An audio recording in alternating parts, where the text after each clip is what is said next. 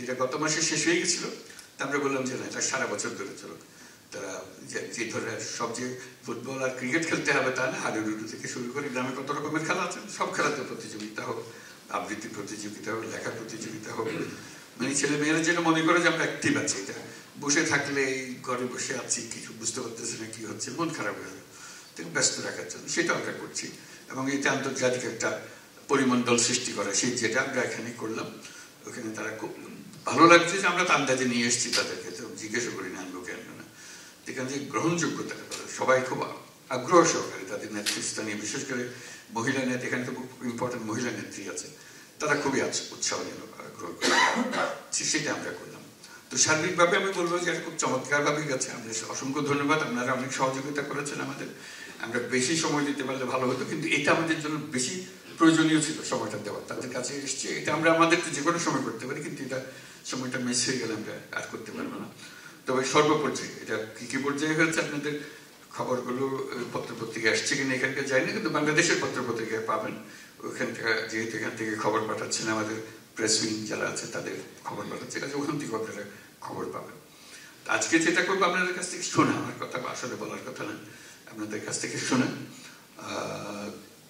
কয়েকজনের নির্ধারিত আছে, একটু বলবেন কি? বলুক আমাদের রাষ্ট্রদূত নজরুল, বলুন। জন্য আমাদের পুরো 4,25,000 বাংলাদেশের পুরো কমিউনিটি অনেকদিন ধরে অপেক্ষা করছিল। তো তারা আজকে তাদের এই স্বপ্নটা সফল হয়েছে। তারপরেও স্যার, তারা আপনার কাছ থেকে শুনতে চায় দিক নির্দেশনা। তারা তাদের জীবনের শ্রেষ্ঠ সময় কিন্তু প্রবাসে থেকে দেশের জন্য পরিবার, আমাদের যে আজকে যারা আছেন সোসাইটির বিভিন্ন স্টার্টার থেকে এসেছেন, তারা ব্যবসায়ী, তো সেই জন্য আমরা হয়তো এই করবো। আমাদের মেয়েরা থাকলে ভালো হতো, যদি ওরা অলিম্পিক নিয়ে ব্যস্ত আছে, ওরা ওদেরকে ঘোরাচ্ছে সব দেখা। বল স্যার, আর একটা কথা না বললেই না স্যার, আমি পৃথিবীর বিভিন্ন দেশে গেছি, আমাদের এই কমিউনিটি মতবিরোধ ছাড়া একটা মতবিরোধ আমরা সৃষ্টি করবো, মতবিরোধ। তো আমরা পররাষ্ট্র মন্ত্রণালয়ে আমরা বলি যে কমিউনিটি মানে হলো কম ইউনিটি। তো কিন্তু তারা দল মতের ঊর্ধ্বে থেকে, কিন্তু তারা এখানে একটা চমৎকার সৌহার্দ্যের সম্পর্ক, দল তো আছেই স্যার, স্থাপন করেছেন, কার্টিসি সবাই মেনটেন করেন। তো এটা লিমিট করে দিয়েছে। আমি স্যারকে, আমি হাবিবুর রহমান, 42 বছর আমি আমিরি দেওয়ান, আমাদের শেখ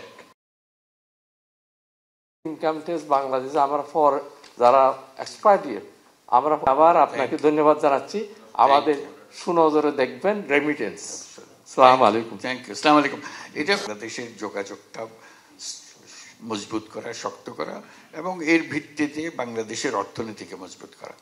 যে আপনাদের কি কি দরকার, কি কি বিষয়, সেগুলো আমাদের প্রতিনিয়ত শুনতে হবে, একবার না, প্রতিনিয়তভাবে শুনতে হবে যে কি হচ্ছে।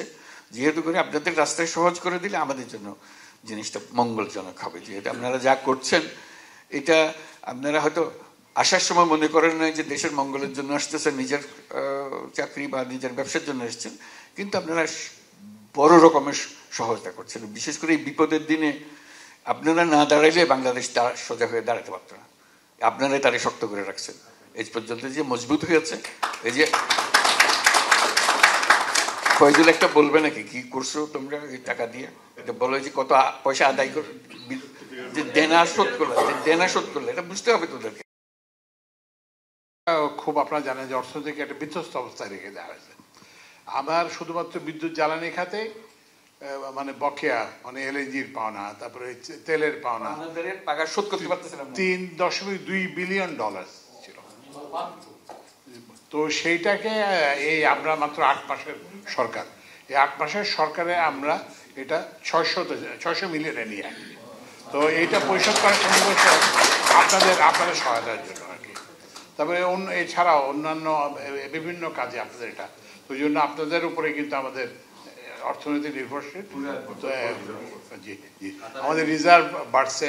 তারপর আমরা যে বাইরে থেকে যে আমরা চাপ দিত IMF, তাদের সঙ্গে আমাদের যে কথাবার্তা বলার আমাদের একটা ইয়ে ফয়জল, শক্তি ফয়জল, শক্তি বাড়ছে। একটু মনে করে যে কাতারের কত পাওনা ছিল, আচ্ছা, যে আজকে যে গলা ফুট আচ্ছা কাতারে এই যে বুক যেটা শব্দ বললাম করে এখানে যে আসতে পেরেছে, তাদের প্রতিটি পাই পয়সা আমরা শোধ এই করে যে দেওয়া। কাতার থেকে আমরা এলএনজি কিনি লং টার্ম কন্ট্রাক্টে। তো 254 মিলিয়ন ডলার এরকম একটা পাওনা ছিল। তো আমরা যেহেতু স্যার যেহেতু আসবেন, স্যারের যাতে মুখ থাকে এবং ওদের সামনে যাতে আমরা আপনাদের পক্ষে ইয়ে হয়ে দাঁড়ায় থাকতে পারি, আমরা আশা এই যে গতকালকে আমরা সব টাকা পরিশোধ করে এখন আর 1 টাকাও ইয়ে না। এবং আমাকে কাতারের যে ইয়ে মানে এনার্জি যে মিনিস্টার সে সাদ আমাকে ইয়েতে হোয়াটসঅ্যাপে ধন্যবাদ জানাইছে যে ওরা এটা এত তাড়াতাড়ি এটা আশা করে না, এটা আপনাদের সহায়তার জন্য এটা সম্ভব হয়েছে। আপনাদেরকে অসংখ্য ধন্যবাদ, জোরে হাততালি।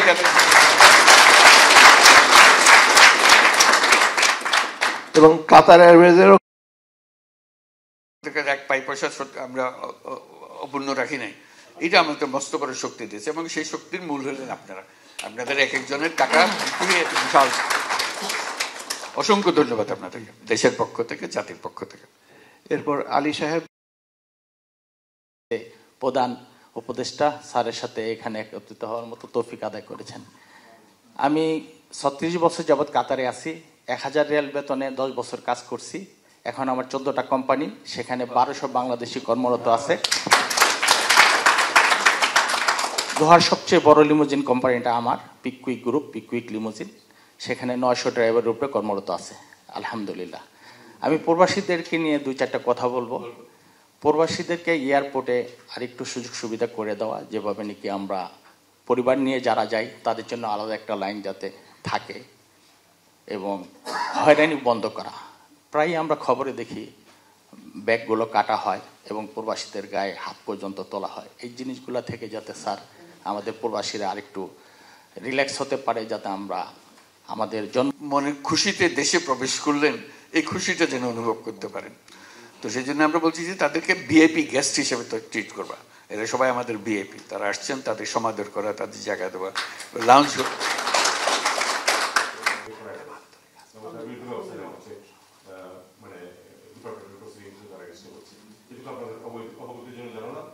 আর ইমিগ্রেশন কিন্তু আপনাদের আলাদা লাইন আছে এবং আমি দেখেছি মোটামুটি, কিন্তু আমি কয়েকদিন আগেও তো সাধারণ মানুষ, আমি কিন্তু ভিআইপি ব্যবহার করতাম না, আমি কিন্তু সাধারণ লাইন দিয়ে যেতাম, 5-7 মিনিট বেশি লাগতো পার, মানে ওই ইয়াটা পার করতে। মোটামুটি কিন্তু এখন ইমিগ্রেশন অনেকটা সহজ হয়ে আছে। তারপরে আপনাদের কখনো কোনো কমপ্লেন থাকলে অবশ্যই ফরেন মিনিস্ট্রিতে, এক্সপেক্টেড ফরেন মিনিস্ট্রিতে বলবেন। আমরা কিন্তু সংবেদনশীল আছি এখন, স্যার যেটা বলেছেন যে আমরা চেষ্টা করতেছি যতটুকু পারবো থেকে মাল আনি। বিশেষ করে বাংলাদেশি গার্মেন্টস পণ্যের এখানে যথেষ্ট আলহামদুলিল্লাহ চাহিদা আছে। আমাদের পার্শ্ববর্তী দেশগুলো থেকে কার্গোতে মাল আনার ব্যাপারে প্রাইসটা অত্যন্ত কম। সেক্ষেত্রে আমরা কাজ করতে শুরু করছি এবং স্যার একজন উপদেষ্টাকে দায়িত্ব দিয়েছেন, আমাদের বাণিজ্য উপদেষ্টা শেখ বশিরউদ্দিন, ওনাকে দায়িত্ব দেওয়া। তো এই জন্য আমরা কাজ শুরু করছি যে এটা জেট ফুয়েলের যাতে দাম, যেটা একটা পরিবহনের এটা খরচ, এটা আমরা কমানোর জন্য ব্যবস্থা নিচ্ছি। তারপরে হচ্ছে যে ওই যে ওদের সিভিল এভিয়েশনের বিভিন্ন চার্জেস আছে, বিমানের বিভিন্ন চার্জেস আছে, সেগুলো আমরা রিভিউ করার ব্যবস্থা নিচ্ছি। তারপরে বিমানের রানওয়ের একটা আছে, যে জন্য এটা পুরো লোডে করতে পারে না, সেটার জন্য আমরা ব্যবস্থা নিচ্ছি।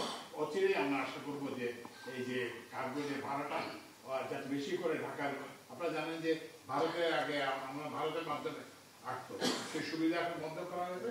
তো এই জন্য আমরা এখানে দেশের যে বিমানবন্দরগুলোকে সেগুলোকে আরো উপযোগী করব এবং এখানে যাতে কার্গো ভাড়া যাতে কমে সেই জন্য আমরা অনেক বাড়ানো হবে। যেহেতু আমাদের বহু মাল আসবে এখন, আমরা যেহেতু অর্থনীতিকে সচল করেছি, আরো উদ্যোগী করেছি, এগুলো যেন সরাসরি আমরা পাঠাতে পারি। শুধু ঢাকা বিমানবন্দর না, আমরা সিলেট বিমানবন্দরটাকে আরো এটাকে একেবারে ডেডিকেটেড করা হবে, যে মাল পরিবহনের দায়িত্ব, বড় দায়িত্ব, তারপর প্যাসেঞ্জারের দায়িত্ব। 1 নম্বর দায়িত্ব হলো মাল পরিবহন।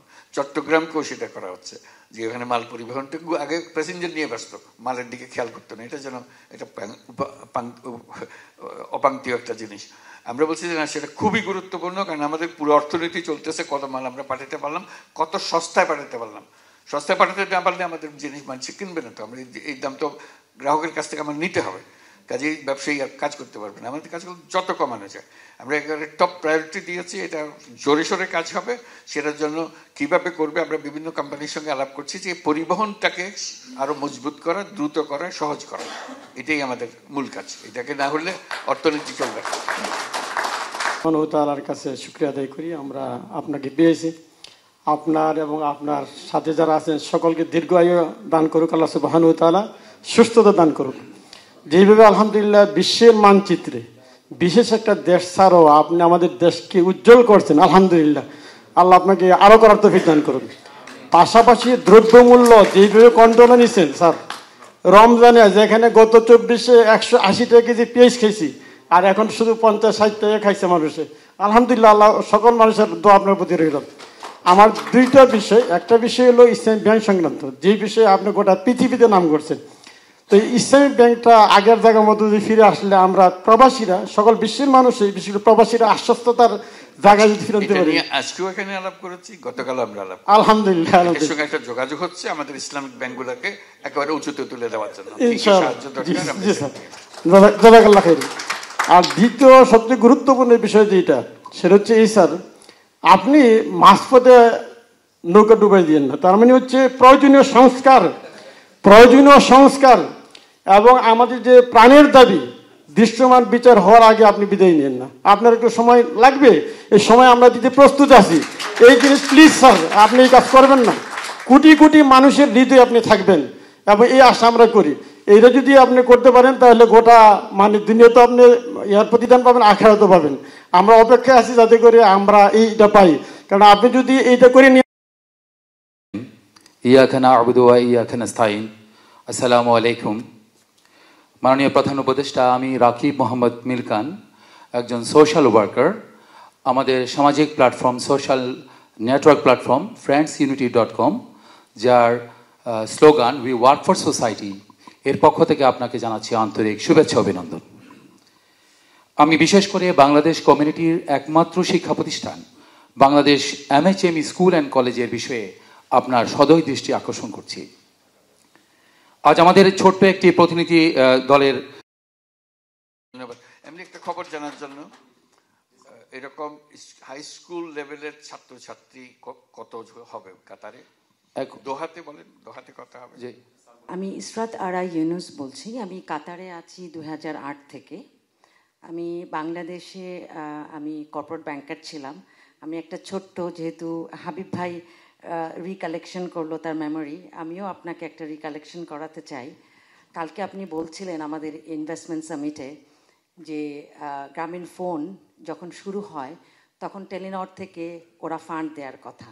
And I hope you remember যে টেলিনরের ওই ফান্ডটা আসাতে একটা গ্যাপ ছিল এবং বাংলাদেশের ANZ গ্রিনলেস ব্যাংক থেকে ব্রিজ ফাইন্যান্সিংটা করা হয়েছিল। অ্যান্ড আমি সেই ইসরাত আরা ইউনুস, যে কর্পোরেট রিলেশনশিপ ম্যানেজার ছিলাম তখন।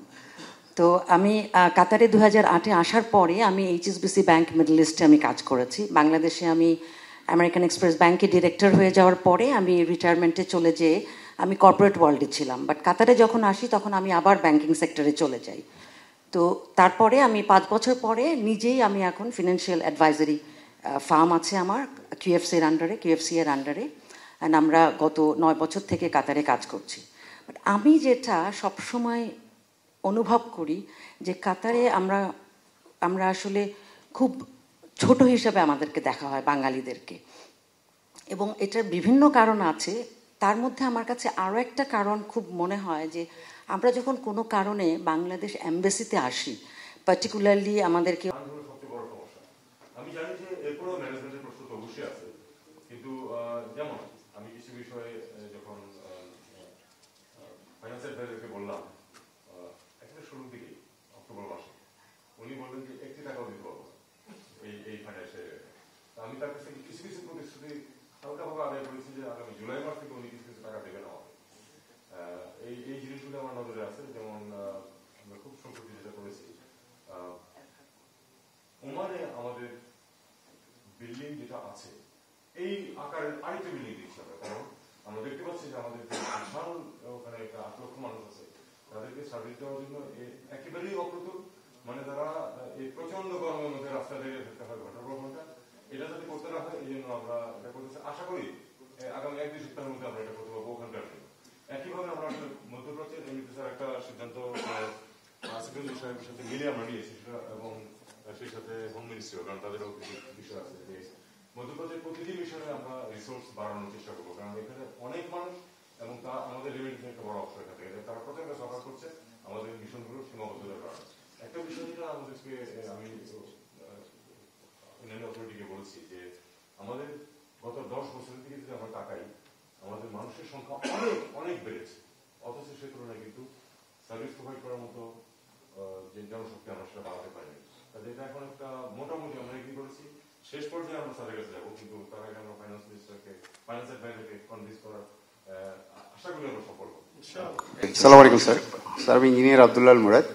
আমি বাংলাদেশ থেকে আপনার 2018 সালে এসেছি। এখানে আমার একটা it's the governmental hospital here in Qatar. I just wanted to say that we have a very less number of doctors coming from Bangladesh here, maybe because of the requirements, but nevertheless they do accept the post-graduation degrees of Bangladesh. If we could, encourage the doctors, I think we could bring in more doctors, and I think our doctors are, their standard is very good, so yeah. আসসালামু আলাইকুম sir. Sir আমি engineer Abdullah Murad. আমি বাংলাদেশ থেকে আপনার 2018 সালে এসেছি। এখানে আমার একটা সফটওয়্যার কোম্পানি ছিল WW এক্সপার্টস। বাংলাদেশের ল্যান্ড অটোমেশনটা পুরোপুরি আমার হাতে অটোমেট করা, যেটা বর্তমানে কপি করার চেষ্টা করছে। এখনো প্রায় 80% কাজ। পুরো বাংলাদেশের ল্যান্ডকে আপনি অটোমেট করে দিতে পারেন ইফ ইউ আর, আমাকে যদি সুযোগ দেন স্যার। Thank you. আপনার কথাগুলো শুনতে চাচ্ছিলাম, কারণ আমরা লাইন করতে চাচ্ছি। জি স্যার, এটাই সেই জগৎ। আমরা অলরেডি অ্যানাউন্স করেছি। আমরা প্রস্তুতিটা আপনাকে বলি, প্রস্তুতি যেটা হচ্ছে সেটা হলো আমাদের এক ধরনের কতগুলো কিয়স্ক জাতীয় হবে, এটা প্রাইভেট সেক্টর কিয়স্ক আমরা তৈরি করে দেবো, সাহায্য করবো কিয়স্কগুলো তৈরি করার জন্য, এবং যাদেরকে তারা এমপ্লয় করবে কিয়স্কে তাদেরকে ট্রেনিং দিয়ে দেবো সরকারের পক্ষ থেকে। এটার নাম হলো নাগরিক সেবা কেন্দ্র। আপনার কোনো রকমের কোনো জিনিসের জন্য, পাসপোর্টের জন্য, ভিসা পাসপোর্টের জন্য, কিংবা দলিল দস্তাবেজ, তারপরে ট্যাক্স দেওয়া, লাইসেন্স পাওয়া, যেগুলো সরকার দেয়, রিনিউ করা, পাসপোর্ট রিনিউ করা, অন্যান্য জিনিস রিনিউ করা, এই সব সেবা কেন্দ্রের মাধ্যমে হবে। এখানে যাবেন, আপনি বলবেন, যারা করে দেবে আপনার সরকারের চেহারা দেখার দরকার নেই, সরকার হলেও পলিসি করবে, ইত্যাদি করবে। সার্ভিস দেওয়াটা হলো ওই নাগরিক সেবার কেন্দ্র। সেখানেই আপনার প্রয়োজন যে আমরা একটা যেটা করছি সেটা কেমন হচ্ছে, ঠিক হচ্ছে কিনা সেটা পরামর্শ দেওয়া। একদিন আমরা একটু শুরুতে আমরা বলেছিলাম আপনাদের টাকা দিয়ে আমাদের কত উপকার হয়েছে, সেটা প্রশংসা করলাম না? এটা একটা অংশ মাত্র। আপনাদের আরেকটা বিরাট কন্ট্রিবিউশন হলো বুদ্ধি এবং অভিজ্ঞতা। এটা আপনাদের কাছে আছে। এটা আমাদের, এটা রেমিটেন্স যেমন একটা সিস্টেম আছে, এসে যায়, আপনি টাকা দেন, আমরা টাকা পাই, ইত্যাদি ইত্যাদি। এটাতে কোনো সিস্টেম নেই।